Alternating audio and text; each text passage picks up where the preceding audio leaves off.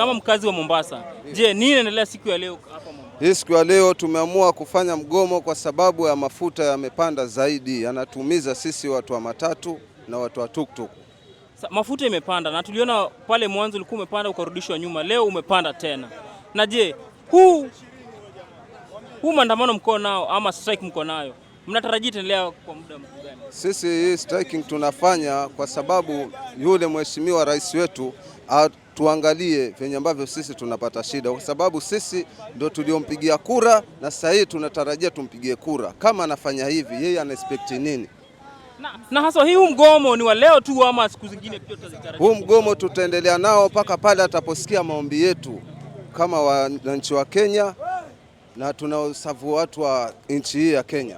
Tutaendelea nao mpaka pale wataposikia maombi yetu.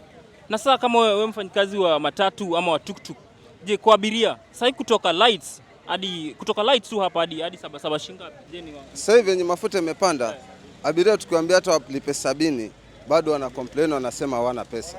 Sasa inabidi sisi tunapata hali ngumu, kwa sababu tukibeba ile bei ambayo tunataka sisi ya kawaida hatupati kitu, na kwa wenyewe magari tukienda bado sisi tunakuwa na pressure, hawataki kutuelewa. Sasa tukijaza mafuta tunapata hiyo sababu mwenyewe haijafika, na sisi pia hatujui tutaenda nyumbani tutalisha family na nini.